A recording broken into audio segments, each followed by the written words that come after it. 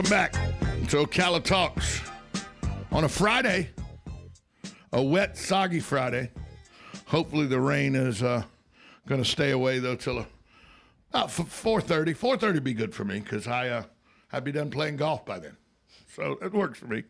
In the studio with us is a person I've known since I went to a bank she used to work at.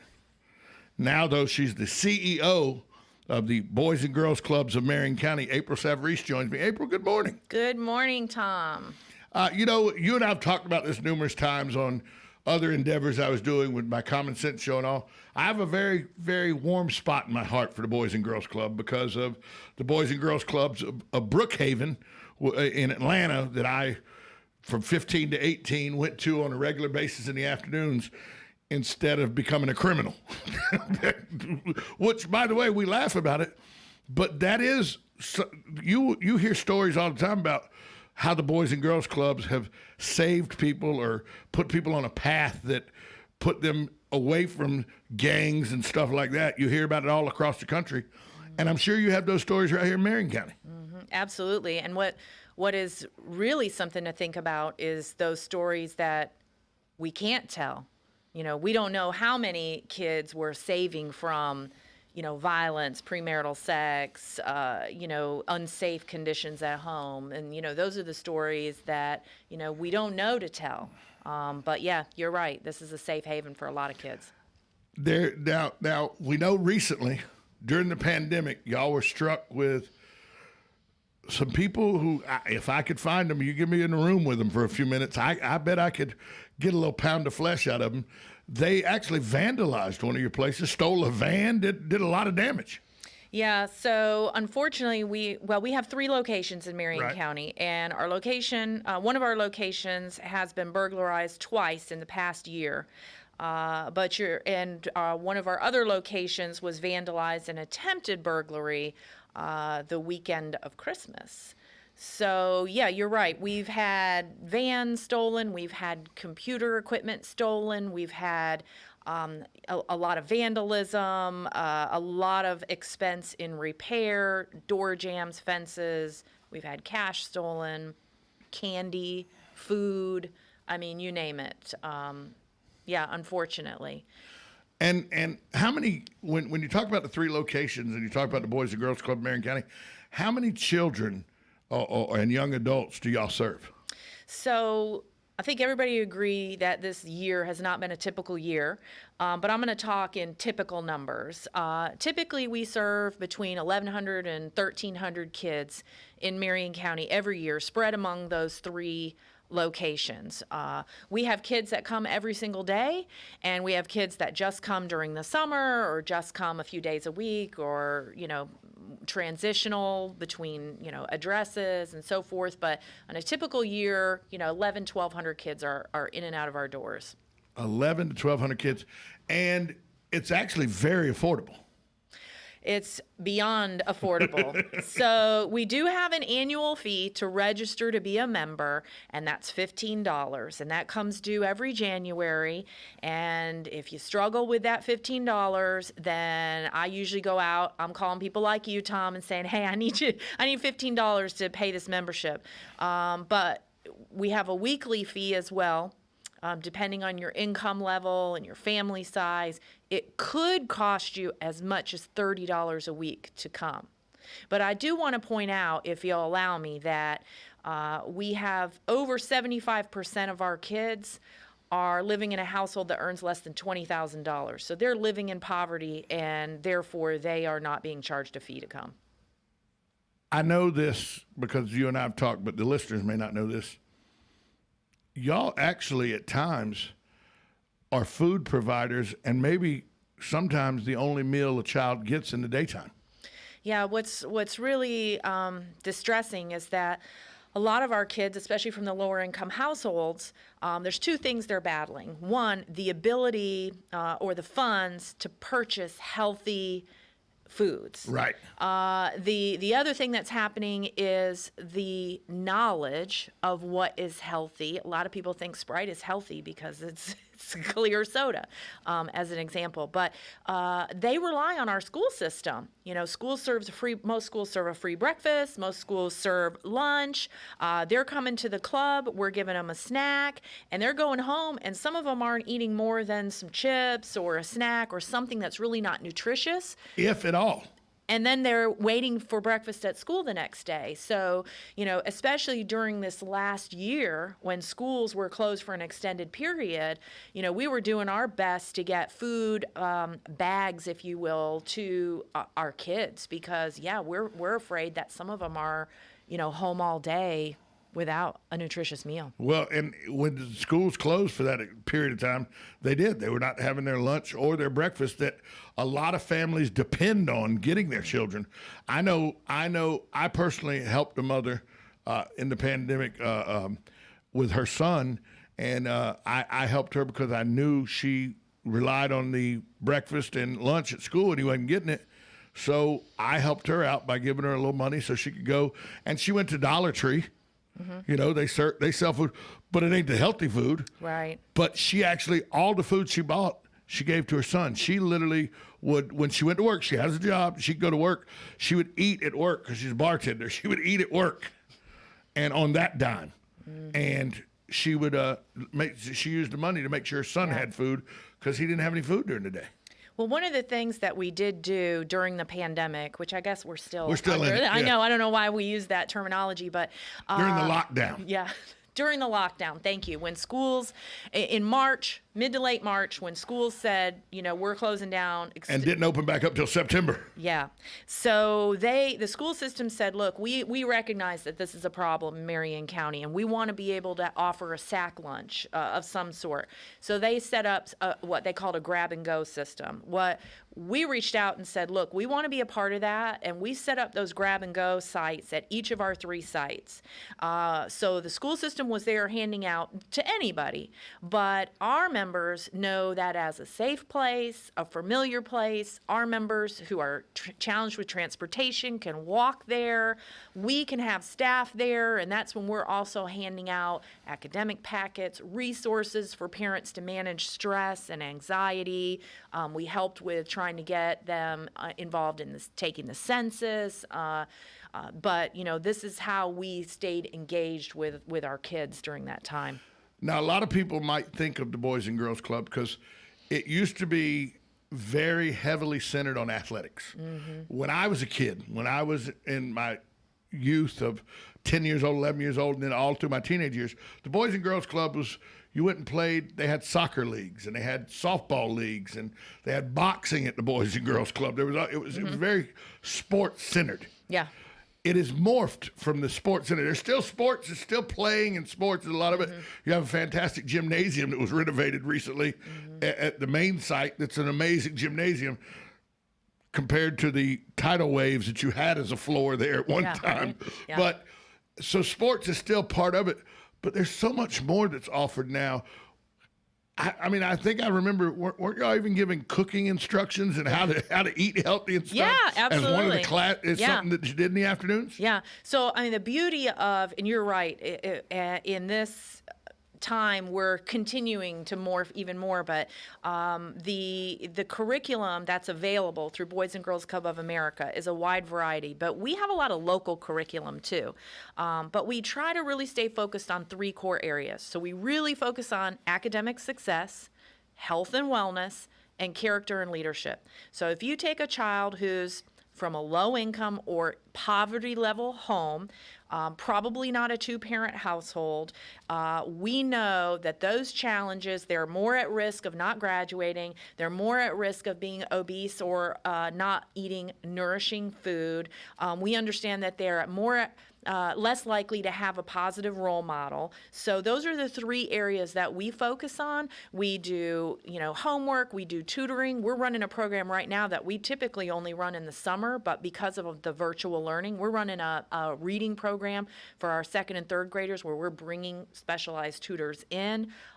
Health and wellness, we run sports programs, but the cooking club, the garden club, we have a drama club in the Shores, we have a steel drumming cultural arts club.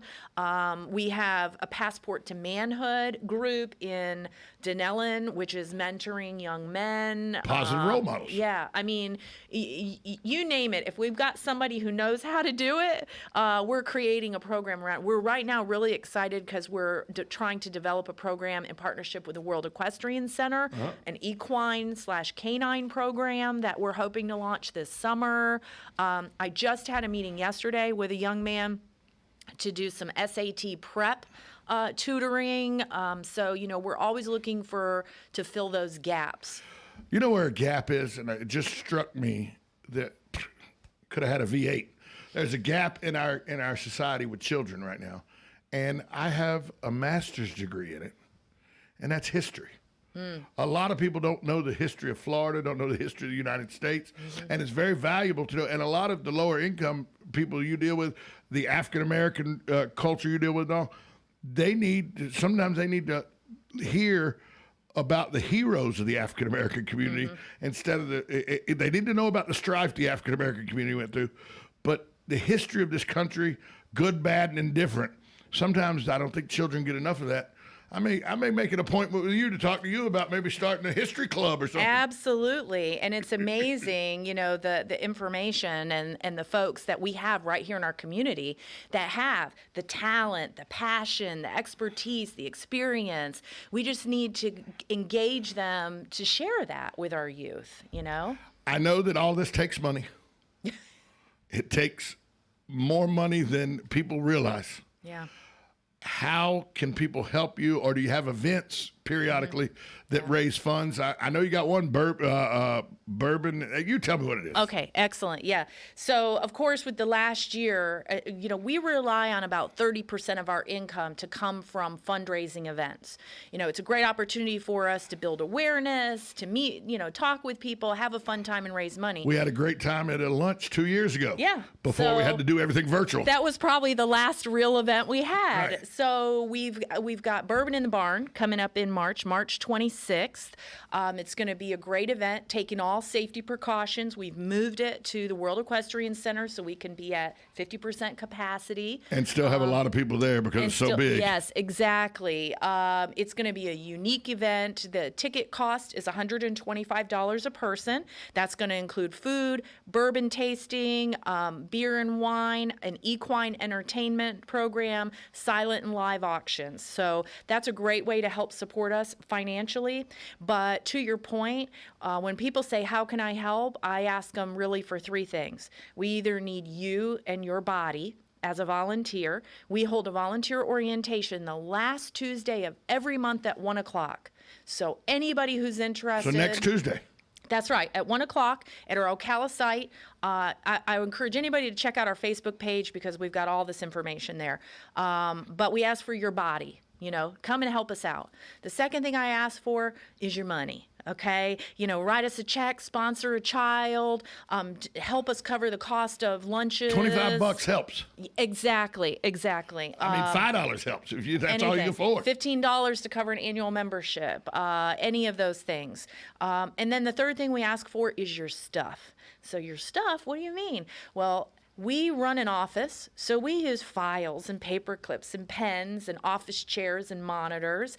We run a classroom setting where we use markers and crayons and paints, and when we run a building where we need roofing and repair and things like that. And so you need Lysol and cleaners and bleach mops and bleach. Boy, we go through some bleach, but garbage bags, and we look for those partners. They might not be able to write a check, or they may not have the time to volunteer, but guess what? They run a company. We have a partner.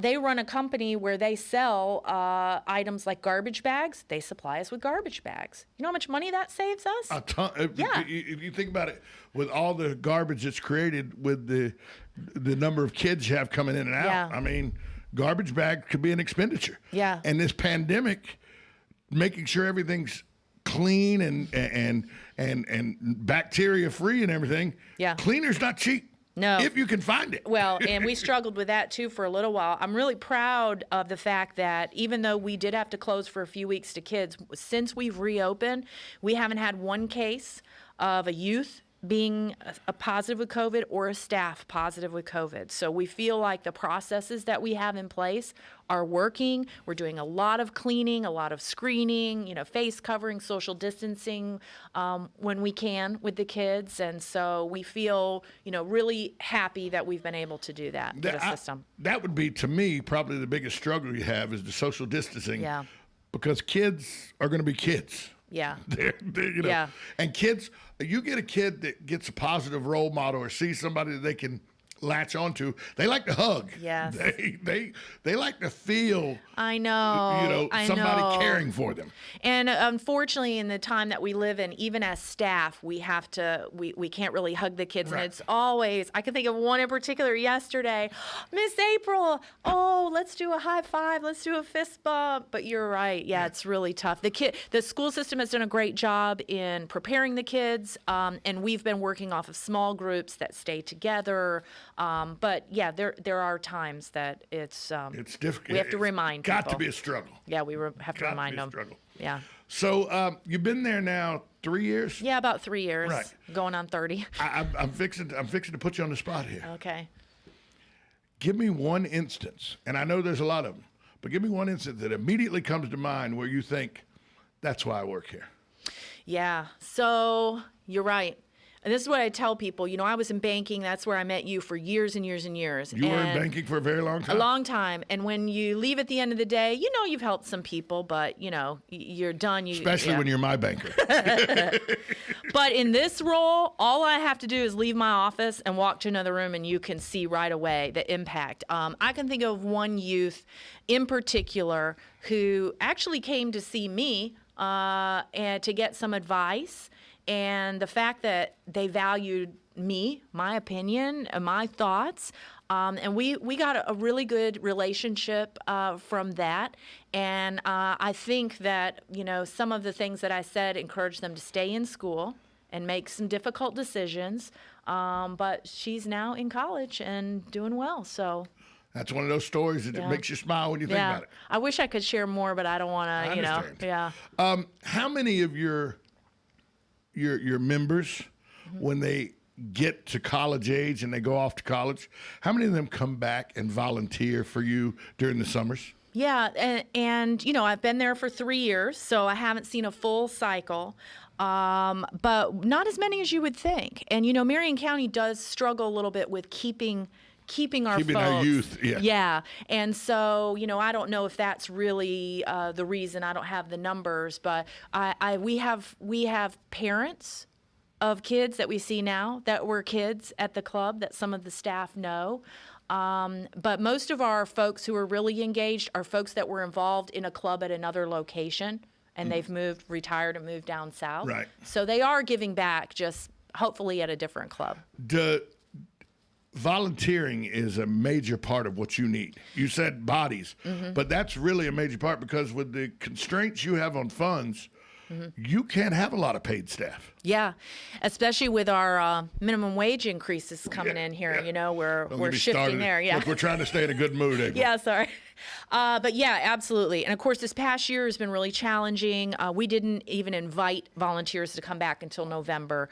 But yeah, and folks think, one day a week, a couple hours a week, it makes a huge difference. And I think you alluded to it earlier. All of our kids bond with different people. With somebody. Based on maybe how they look or what they say or how their personality is. Yeah, and Sloopy. Right now, in my mind, Sloopy came up.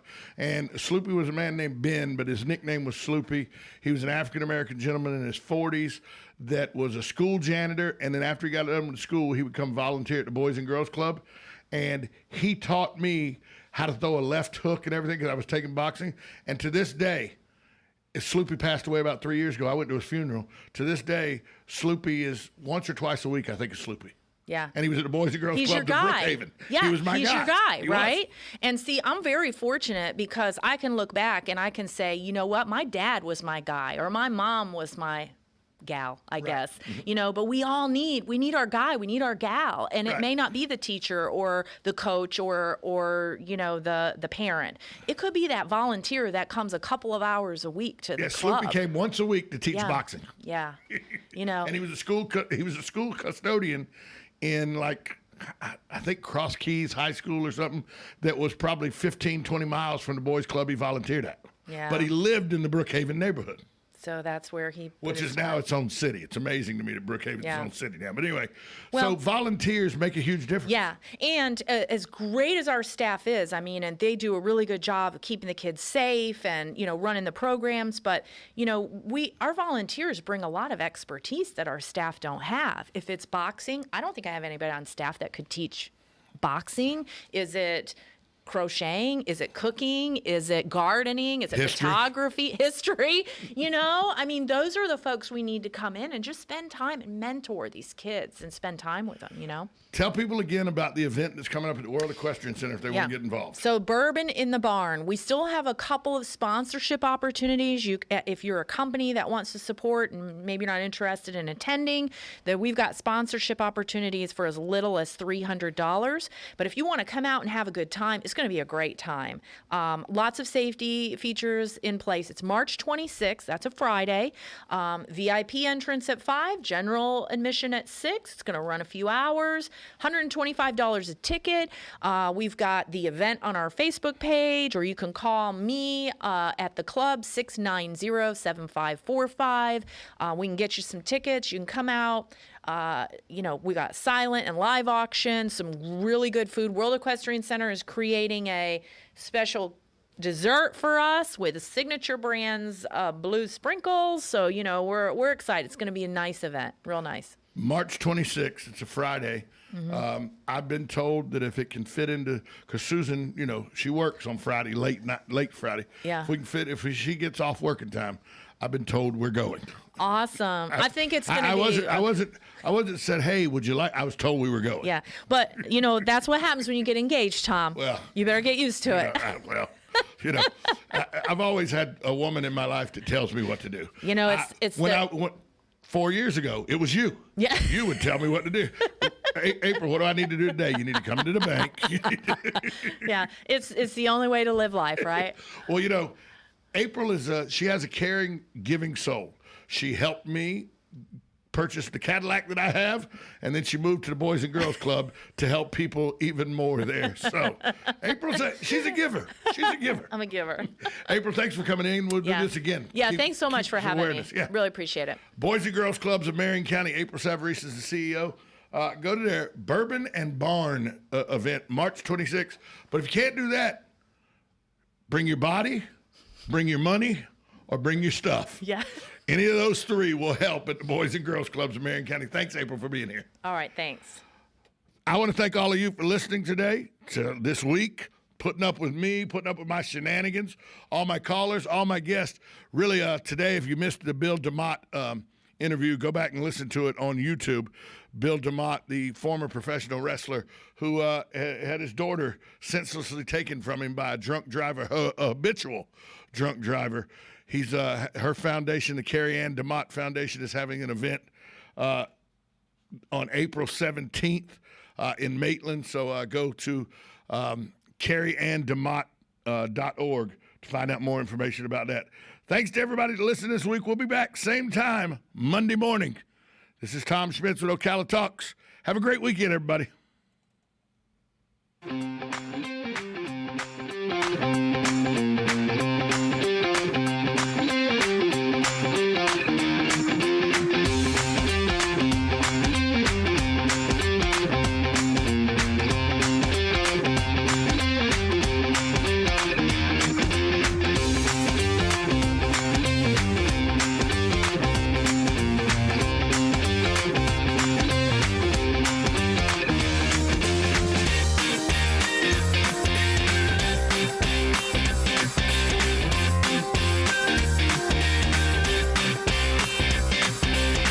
Broadcasting from the Paddock Mall Studios, this is WOCA, Ocala, Gainesville, The Villages, 1370 AM, 96.3 FM, The Source.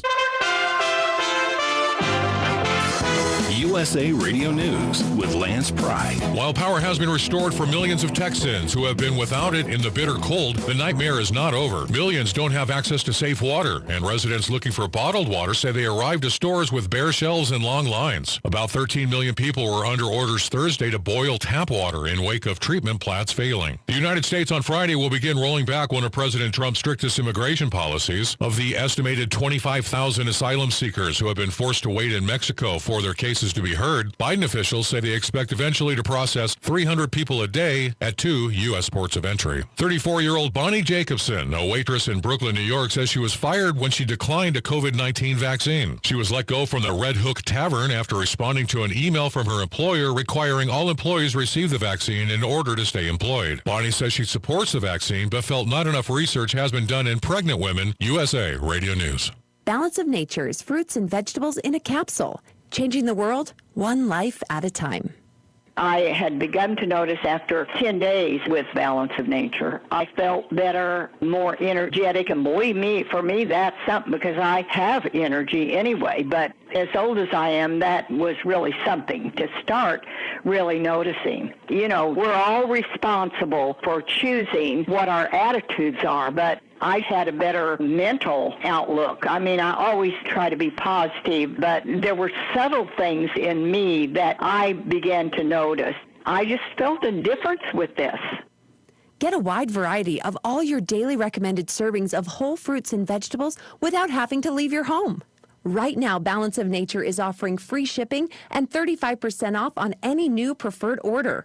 Call 1-800-2468-751 or go to balanceofnature.com and use discount code USA. Mars received 3 visitors this month. United Arab Emirates, China, and now the United States has sent the coolest rover ever to the Martian surface. In fact, landing inside a crater. USA Radio News' John Clemens reports. The robotic explorer landed safely on Mars after a nearly 300 million-mile journey to the red planet that lasted over 7 months. After the delicate maneuver that decelerated Perseverance from thousands of miles an hour to about 1.7, the rover began sending images back to Earth, taking several minutes. But then the mission control managers cheered as NASA engineer Swati Mohan made the announcement. Perseverance is alive on the surface of Mars. Congratulations to the mission. And looks like we have some more news in. It looks like we're getting the first image. From the USA Radio News Texas Bureau, I'm John Clemens. USA Radio News.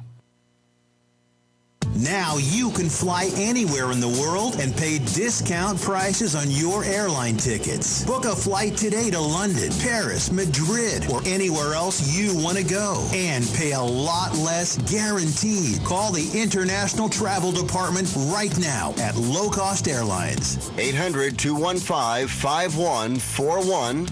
800-215-5141. That's 800-215-5141. Let's get an update on the GameStop stock surge. USA Radio News' Wendy King reports. Congress is probing the stock surge that prompted many trading platforms to halt some sales. The CEO of Robinhood, which is an investment app, apologized to users who were unable to trade some stocks as GameStop and other companies' stock prices surged last month. Despite the unprecedented market conditions in January, at the end of the day, what happened is unacceptable to us. Vlad Tenev says regulatory deposit requirements forced the app to freeze trade on GameStop and other stocks. But he told the House Financial Services Committee the move was not to benefit hedge funds. From the USA Radio News Pacific Northwest News Bureau, I'm Wendy King. GameStop was swept up in a battle between big-moneyed hedge funds betting against it and small investors trying to prop it up. That has caused GameStop's share prices to soar despite the business model. GameStop reached a high of $347 on January 27th.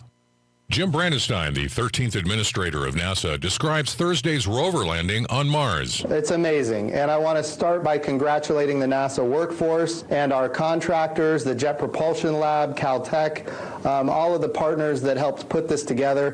What an amazing day for NASA and for the United States. Your level of excitement, Neil, is palpable, and I hope all of America feels that same way. For USA Radio News, I'm Lance Pry.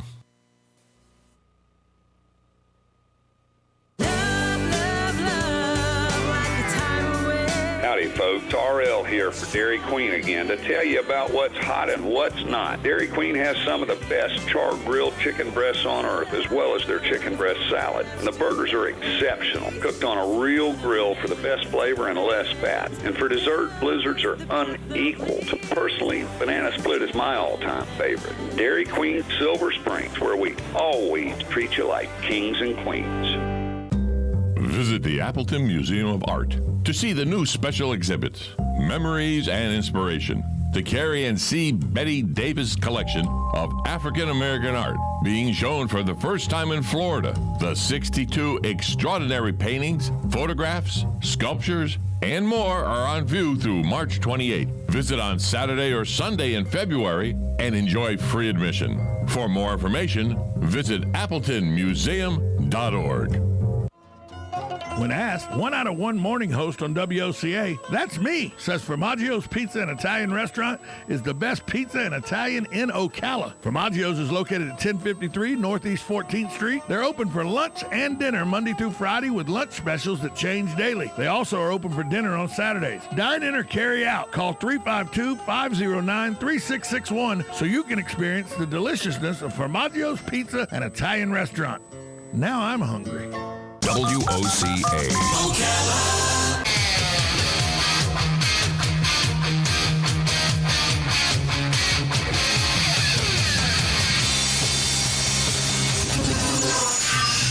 This is your source for breaking news and what to make of it all. This is the Mike Gallagher Show. When it's going to get to as close to normal that you almost don't know the difference between what it was before. That likely will be by the end of the year. But these are all estimates. Look, it's a no-brainer. You're going to run for president in 2024, right? Well, we have tremendous support. I won't say yet, but we have tremendous support. And I'm looking at poll numbers that are through the roof. Now, from the ReliefFactor.com studios, here's Mike Gallagher. Another shoe has dropped with Andrew Cuomo's handling of the coronavirus in New York State. A watchdog group based in Albany just released their findings, and they assert that Cuomo's nursing home directive was likely responsible for more than 1,000 additional resident deaths, despite numerous denials by the administration that their order was heavily to blame. This is a huge, huge story. Cuomo's office has been silent on the contents of the report that was released by the nonprofit Empire Center for Public Policy. CNN, anti-conservative media has been silent, largely silent on this scandal. Now, they're very excited about Ted Cruz going to Cancun. I always deplore the whataboutism that we often see in our discourse these days, but I do believe it's worth pointing out that Ted Cruz's trip to Cancun didn't result in anybody dying. This is a big deal. And of course, Andrew Cuomo's behavior is being revealed. I was talking, I get the joy and the honor and the privilege of chatting with Joe Piscopo, the legendary entertainer and great morning show host on our affiliate in New York, AM 970, The Answer. And Joe, who's a proud Italian-American, was laughing at the mafioso-like behavior of Andrew Cuomo. He sounds like a mob boss, telling this Democrat Assemblyman Ron Kim, I'll destroy you. I will end your career. You have invoked my wrath, all because Assemblyman Kim wants to know what went wrong with New York's directive on the nursing homes. Here's cut number 2. This is this Democrat Assemblyman explaining Cuomo's treatment of him to MSNBC. And Governor Cuomo called me the next day at 8 p.m. while I was about to bathe my kids. I was with my wife, and for 10 minutes, he berated me. He yelled at me. He told me that